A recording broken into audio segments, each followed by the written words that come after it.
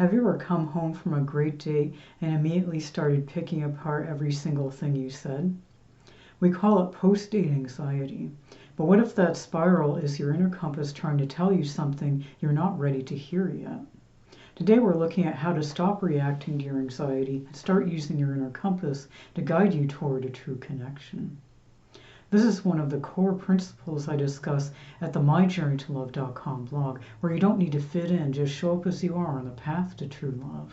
If you're ready to trade dating rules for real intimacy, hit subscribe and let's dive into the inner work. In the second video in the series, we talked about how your nervous system runs a script you wrote years ago. Self-reflection is how you finally read it. When you stop overthinking and start reflecting, 4 massive shifts happen. First, you stop being a magnet for red flags. You start spotting patterns like choosing emotionally unavailable partners before they drain your energy. Research shows that noticing recurring mistakes is the first step toward change. I finally recognized my pattern when I looked back at my last 3 crushes. Every single one was too busy for a relationship. Second, you gain the same page advantage. Instead of playing it cool, you learn to say exactly what you need, like consistent communication, which helps sift mismatches before you even order dessert. People with greater self-insight are more likely to express their needs and boundaries early. Third, you build a rejection-proof ego. You start viewing a no as neutral information. If they dislike the real you, it's data, not a disaster. When the coffee date guy ghosted me, I felt the sting for a while, then thought, he can't handle direct communication. That's data. It still hurt, but it didn't destroy me. And finally, you stop chasing butterflies, which are often just anxiety in disguise, and start looking for respect and compatibility. I used to think butterflies meant chemistry. Then I realized the guys who gave me butterflies are the ones who kept me guessing. The anxiety was the attraction. Real compatibility feels calmer, and that scared me more.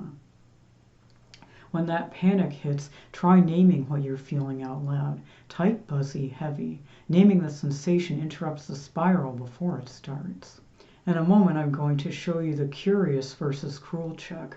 But first, if you want to know which dating script your nervous system has been running, take the Am I Dating in Disguise quiz. More details about that at the end. There's a thin line between a healthy self-check-in and self-erasure or editing. If you're asking, am I too quirky every time a date goes south, you're being cruel or ruminating. If you're asking, did I hide my quirks just to be liked, you're reflecting or being curious. When the coffee date guy ghosted me, I didn't just feel sad, I felt wrong. I was being cruel, telling myself my answers were too coy and made me look awkward. But when I changed my viewpoint toward curious, I realized, wait, I was being clear. Am I being too hard on myself? His silence was more about his inability to communicate. In other words, it was data, not just any defects on my part.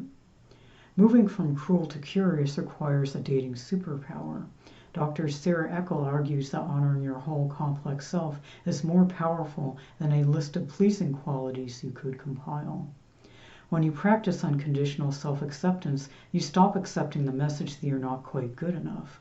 You no longer feel compelled to prove your value through your job title, your looks, or your number of likes. It makes you incredibly difficult to manipulate because you simply won't tolerate disrespect or letting someone else's insecurity pressure you into feeling worthless. Here's the truth. Self-care, like bubble baths, won't fix your dating life, but self-acceptance will.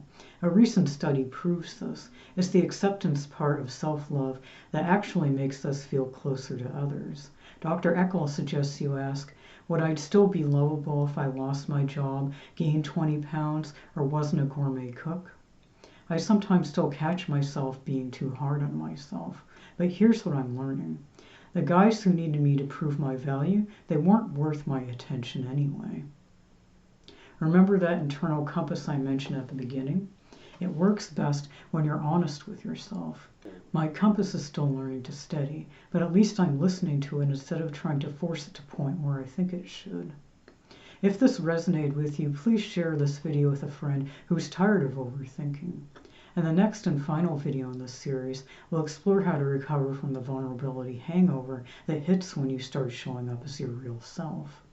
To find out which script you've been running, take the Am I Dating in Disguise quiz at myjourneytolove.com.